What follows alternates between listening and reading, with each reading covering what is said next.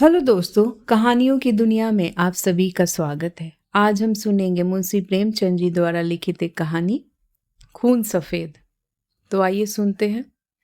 चैत का महीना था, लेकिन वे खलियान जहाँ अनाज की ढेरियां लगी रहती थी, पशुओं के शरणास्थल बने हुए थे, जहाँ घरों से फाग और बसंत का आलाप सुनाई पड़ता, वहाँ आज भाग्य का रोना था। सारा चौमासा बीत गया, पानी की एक बूंद न गिरी। जेठ में एक बार मूसलाधार वृष्टि हुई थी, किसान फूले न समाये। खरीफ की फसल बो दी, लेकिन इंद्रदेव ने अपना सर्वस्व शायद एक ही बार लुटा दिया था। पौधे उगे, बढ़े और फिर सूख गए। गोचर भूमि में घास न जमी। बादल आते, घटाएं उमड़ती, ऐसा मालूम होता कि जल थल एक हो जाएगा, परंतु वे आशा की नहीं, दुख की घटाएं थी। किसानों ने बहुतेरे जप तप किए, ईंट और पत्थर, देवी देवताओं के नाम से पूजाएं, बलिदान किए।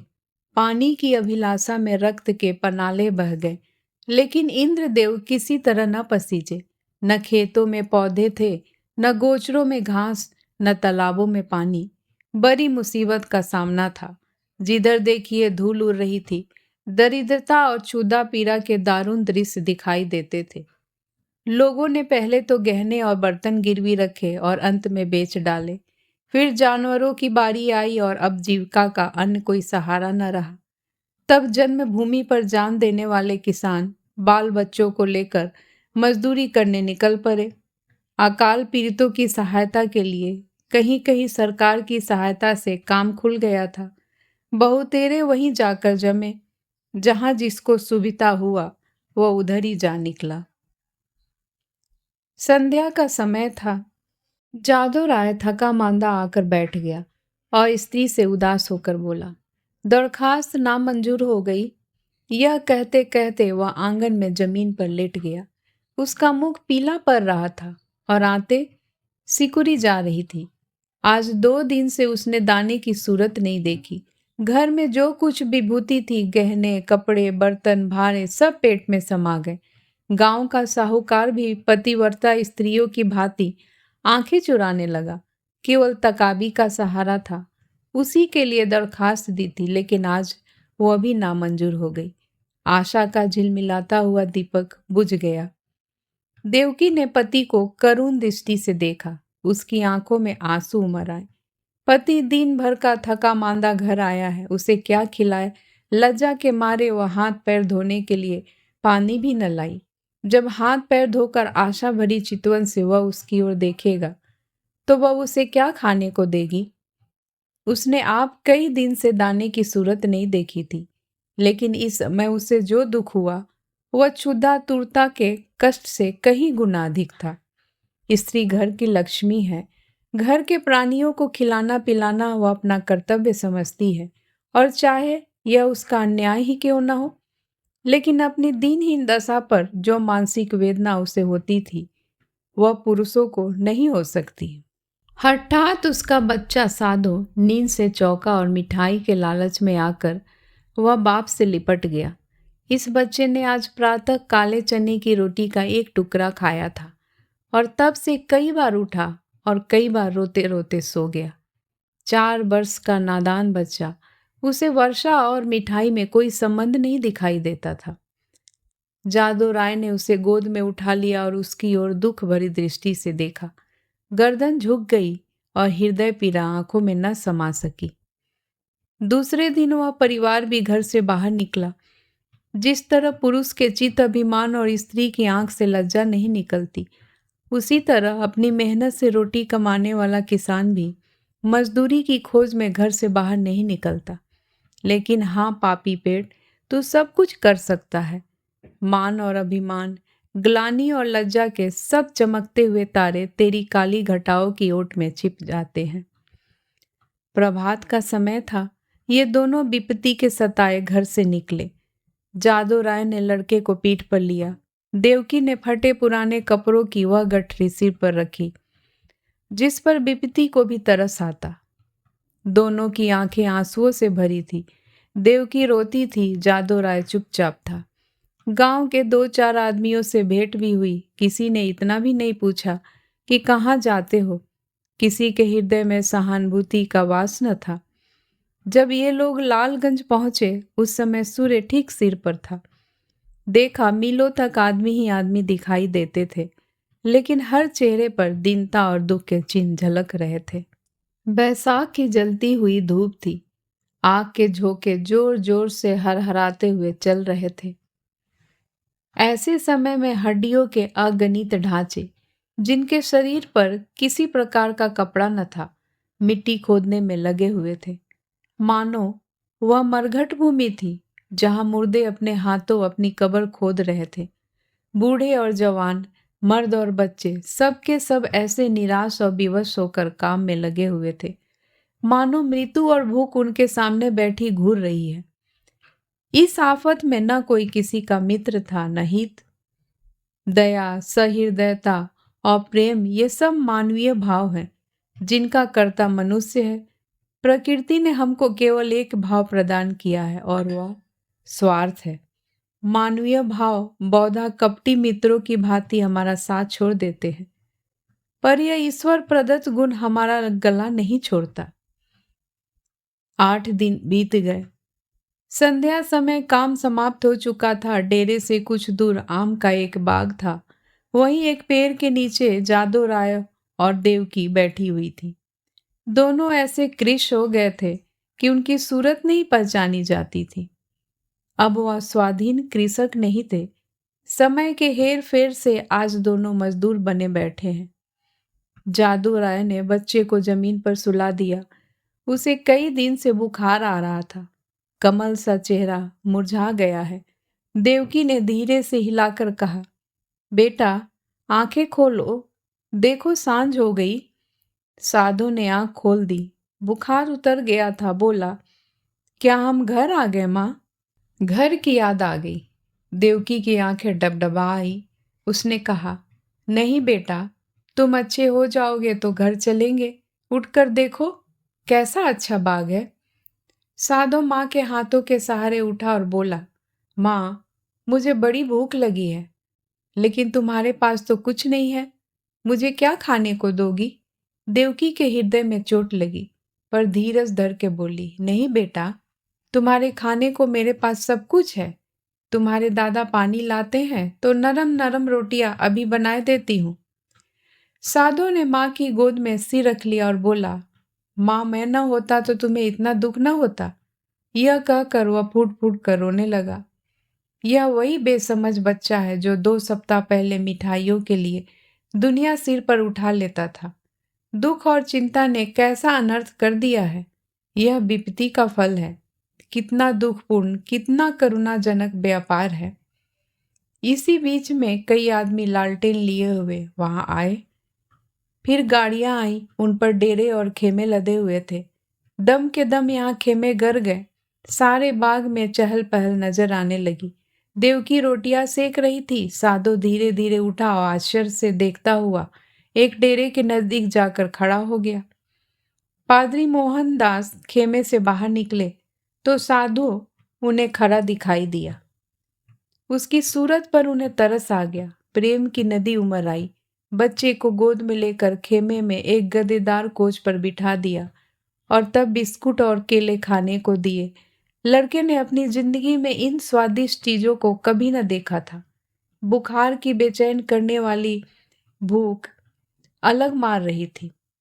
उसने खूब मन भर खाया और तब कृतज्ञ नेत्रों से देखते हुए पादरी साहब के पास जाकर बोला, तुम हमको रोज ऐसी चीजें खिलाओगे? पादरी साहब इन भोलेपन पर मुस्कुरा के बोले, मेरे पास इससे भी अच्छी अच्छी चीजें हैं।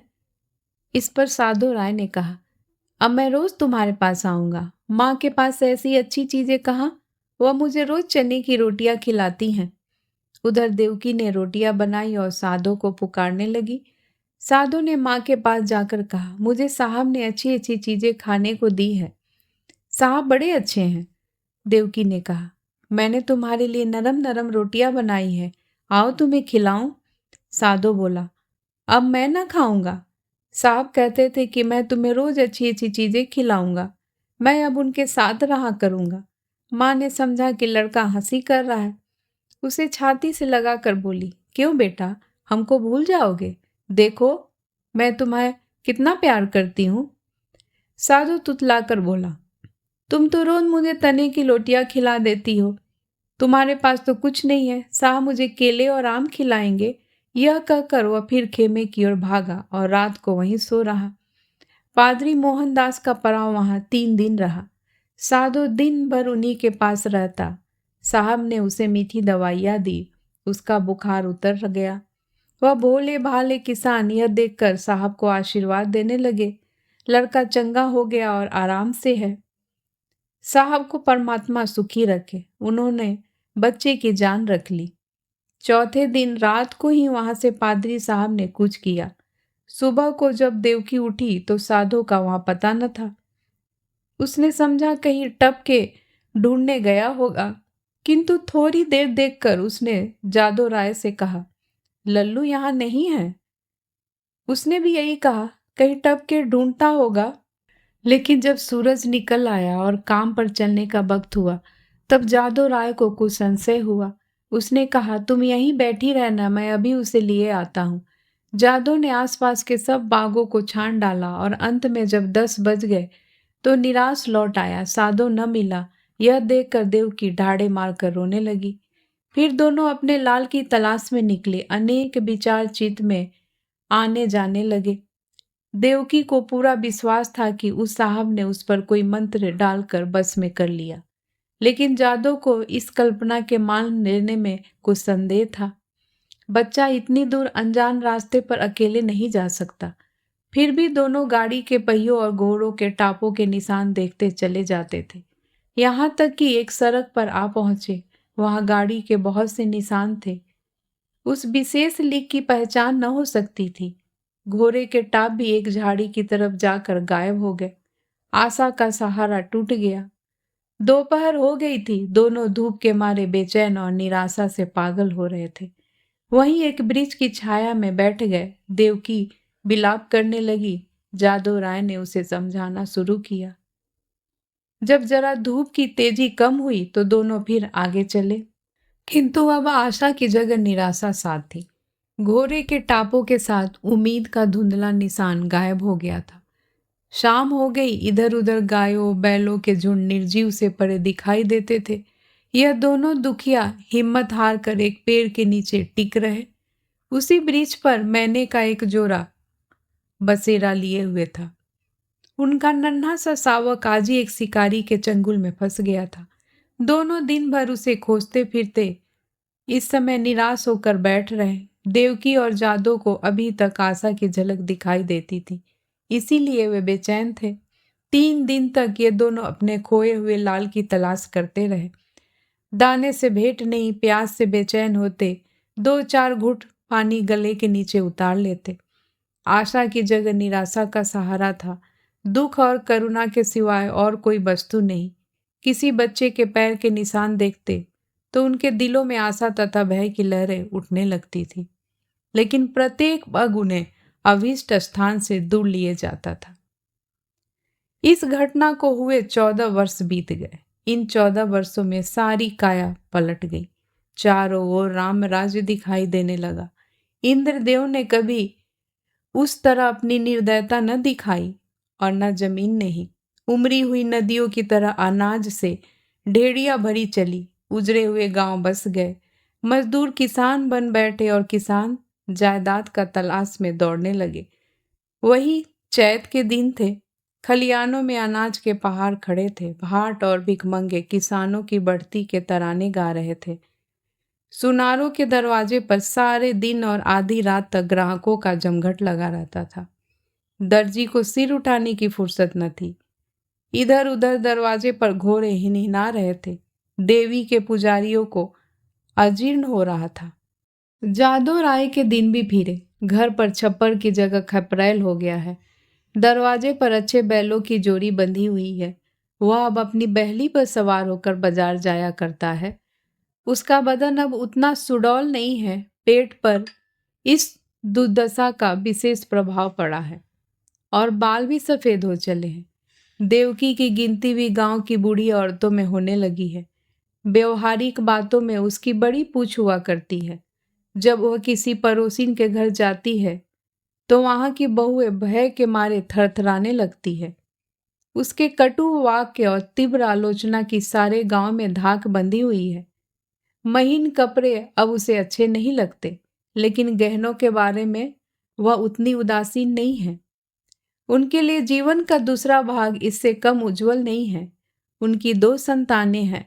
लड़का माधो सिंह अब खेती बाड़ी के काम में बाप की मदद करता है।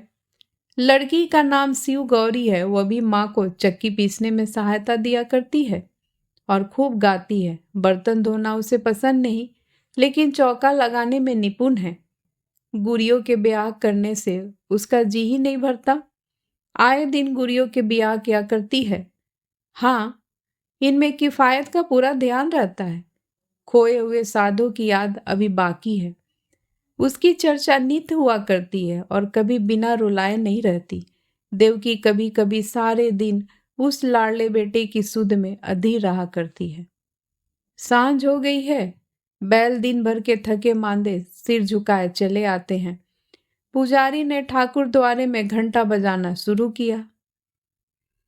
आजकल फसल के दिन है, रोज पूजा होती है। जादू राय खाट पर बैठे नारियल पी रहे थे।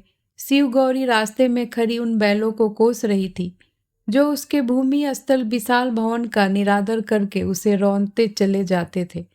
घड़ियाल और घंटे की आवाज सुनते ही जादू राय भगवान का चरणामृत लेने के लिए उठे ही थे कि उन्हें अकस्मात एक नवयुवक दिखाई पड़ा जो भूखते हुए कुत्तों को दुत्कारता बाइसिकल को आगे बढ़ाता हुआ चला आ रहा था। उसने उनके चरणों पर अपना सिर रख दिया। जादू राय ने गौर से देखा और तब दोनों एक दूसरे से लिपट गए। माधो भौचक होकर बाइसिकल को देखने लगा। शिव गौरी रोती हुई घर में भागी और देवकी से बोली, दादा को साहब ने पकड़ लिया है। देवकी घबराई हुई बाहर आई। साधो उसे देखते ही उसके पैरों पर गिर पड़ा। देवकी उसे छाती से लगाकर रोने लगी। गांव के मर्द, औरतें और बच्चे सब जमा हो गए। मेला सा लग गया। साधो ने अपने माता पिता से कहा, मुझ आगे से जो कुछ अपराध हुआ हो उसे क्षमा कीजिए। मैंने अपनी नादानी से स्वयं बहुत कष्ट उठाए और आप लोगों को भी दुख दिया, लेकिन आप मुझे अपनी गोद में लीजिए। देवकी ने रोकर कहा, जब हमको छोड़कर भागे थे तो हम लोग तुम्हें 3 दिन तक बेदाना पानी के ढूंढते रहे, पर जब निराश हो गए तब अपने भाग्य को रोकर बैठ रहे। तब से आज तक कोई ऐसा दिन न गया कि तुम्हारी सुधि न आई हो। रोते रोते एक युग बीत गया।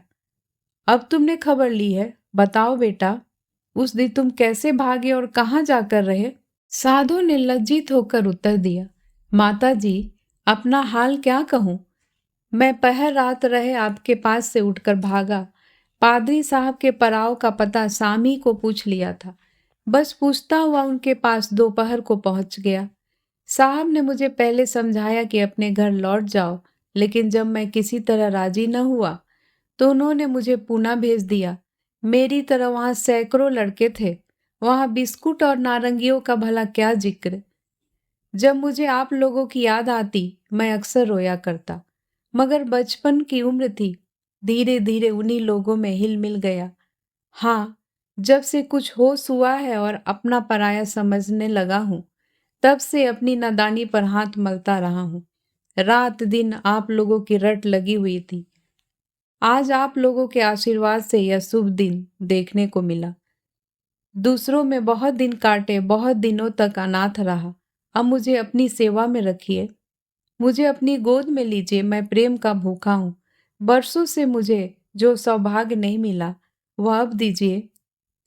गांव के बहुत से बुढ़े जमा हो गए। उनमें थे जगत सिंह। बोले, तो क्यों बेटा, तुम इतने दिन तक पादरियों के साथ रहे? उन्होंने तुमको भी पादरी बना लिया होगा? साधु ने सिर झुकाकर कहा, जी हाँ, यह तो उनका दस्तूर है। जगत सिंह ने जादू राय की तरफ देखकर कहा, यह बड़ी कठिन बात है। साधु बोला, बिरादरी मुझे जो प्रायश्चित बतलाएगी मैं उसे करूंगा। मुझसे जो कुछ बिरादरी का अपराध हुआ है नादानी में हुआ है, लेकिन मैं उसका दंड भोगने के लिए तैयार हूँ। जगत सिंह ने फिर जादू राव की तरफ कनखियों से देखा और गंभीरता से बोले, हिंदू धर्म में ऐसा कभी नहीं हुआ है। यूं तुम्हारे माँ बाप तुम्हें अपने घर में रख ले, तुम उनके लड़के हो, मगर बिरादरी कभी इस काम में शरीक न होगी। बोलो जादू राय, क्या कहते हो? कुछ तुम्हारे मन की भी तो सुन ले। जादू राय बड़ी दुविधा में था। एक तो अपने प्यारे बेटे की प्रीति थी, दूसरी ओर बिरादरी का भय। जिस लड़के के लिए रोते रोते आंखें फूट गई, आज वही सामने खड़ा, आंखों में आंसू भरे कहता है, पिताजी मुझे अपने गोद में लीजिए, और मैं पत्थर की तरह अचल खड़ा रहूं। शोक। इन निर्दयी भाइयों को किस तरह समझाऊं, क्या करूं क्या ना करूं। लेकिन मां की ममता उमड़ पड़ी। देवकी से न रहा गया। उसने अधीर होकर कहा, मैं अपने घर में रखूंगी और कलेजे से लगाऊंगी। इतने दिनों के बाद मैंने उसे पाया है, अब उसे नहीं छोड़ सकती। जगत सिंह रुष्ट होकर बोले, चाहे बिरादरी छूटी क्यों न जाए। देवकी ने भी गर्म होकर जवाब दिया, हाँ, चाहे बिरादरी छूट जाए। लड़कों के लिए आदमी बिरादरी की आड़ पकड़ता है, जब लड़का न रहा तो भला बिरादरी किस काम आएगी। इस पर कई ठाकुर लाल लाल आंखें निकाल कर बोले, ठकुराइन, ठकुराइन बिरादरी की तो खूब मर्यादा करती हो। लड़का चाहे किसी रास्ते पर जाए, लेकिन बिरादरी चू तक न करे। ऐसी बिरादरी कहीं होगी? हम साफ साफ कह देते हैं कि अगर यह लड़का तुम्हारे घर में रहा तो बिरादरी भी बता देगी कि वह क्या कर सकती है। जादू राय ने साधो की तरफ करुणा भरे नेत्रों से देखकर कहा, बेटा, जहां तुमने हमारे साथ इतना सलूक किया है, वहां जगत भाई की इतनी कहा और मान लो। साधो ने कुछ तीक्ष्ण स्वर में कहा, क्या मान लूं? यह कि अपनों में गैर बनकर रहूं, अपमान सहूं, मिट्टी का घड़ा भी मेरे छूने से अशुद्ध हो जाएगा ना? यह मेरा किया ना होगा? इतनी निर्लज नहीं। जादू राय को पुत्र की यह कठोरता प्रिय मालूम हुई। वे चाहते थे कि इस वक्त बिरादरी के लोग जमा हैं, उनके सामने किसी तरह समझौता हो जाए। फिर कौन देखता है कि हम उन्हें किस तरह रखते हैं। चिढ़कर बोले, इतनी बात तो तुम्हें माननी ही पड़ेगी। साधु राय इस रहस्य को न समझ सका। बाप की इस बात में उसे निष्ठुरता की झलक दिखाई पड़ी। बोला, मैं आपका लड़का हूं, आपके लड़के की तरह रहूंगा। आपके भक्ति और प्रेम की प्रेरणा मुझे यहाँ तक लाई है। मैं अपने घर में रहने आया हूँ। अगर यह नहीं है तो इसके सिवा मेरे लिए इसके और कोई उपाय नहीं है कि जितना जल्दी हो सके यहाँ से भाग जाऊं। जिनका खून सफेद है उनके बीच में रहना व्यर्थ है। देवकी ने रोकर कहा, लल्लू, मैं अब तुम्हें न जाने दूंगी। साधो की आंखें भर आई, पर मुस्कुरा कर बोला, मैं तो तुम्हारी थाली में खाऊंगा। देवकी ने उसे ममता और प्रेम की दृष्टि से देखकर कहा, मैंने तो तुझे छाती से दूध पिलाया है, तू मेरी थाली में खाएगा तो क्या? मेरा बेटा ही तो है, कोई और तो नहीं हो गया। साधो इन बातों को सुनकर मतवाला हो गया। इनमें कितना स्नेह, कितना अपनापन है। बोला, माँ, आया तो मैं इसी इरादे से था कि अब कहीं न जाऊंगा, लेकिन बिरादनी ने मेरे कारण तुम्हें जातिच्युत कर दिया तो मुझसे न रहा जाएगा। इसलिए इस वक्त मुझे जाने दो। जब मुझे अवसर मिला करेगा तो तुम्हें देख जाया करूंगा। तुम्हारा प्रेम मेरे चित्त में नहीं जा सकता, लेकिन यह संभव है कि मैं इस घर में रहूं और अलग खाना खाऊं, अलग बैठूं। इसके लिए मुझे क्षमा करना। देवकी घर में से पानी लाई। साधो मुंह धोने लगा। शिव गौरी ने माँ का इशारा पाया तो डरते डरते साधो के पास गई। साधो को आदरपूर्वक दंडवत किया। साधो ने पहले उन दोनों को आश्चर्य से देखा, फिर अपनी माँ को मुस्कुराते देख समझ गया। दोनों लड़कों को छाती से लगा लिया और तीनों भाई बहन प्रेम से हंसने खेलने लगे। माँ खरी यह दृश्य देखती थी और उमंग से फूली न समाती थी। जलपान करके साधो ने बाइसिकल संभाली और माँ बाप के सामने सिर झुकाकर चल खड़ा हुआ। वहीं जहां से तंग होकर आया था, उसी क्षेत्र में जहां अपना कोई न था। देवकी फूट फूट कर रो रही थी और जादू राय आंखों में आंसू भरे, हृदय में एक ऐंठन सी महसूस करता हुआ सोचता था, हाय मेरा लाल, तू मुझसे अलग हुआ जाता है। ऐसा वो योग्य और होनहार लड़का हाथ से निकला जाता है और केवल इसलिए कि अब हमारा खून सफ़ेद हो गया है? दोस्तों, इस कहानी को सुनने के लिए आपका बहुत-बहुत धन्यवाद।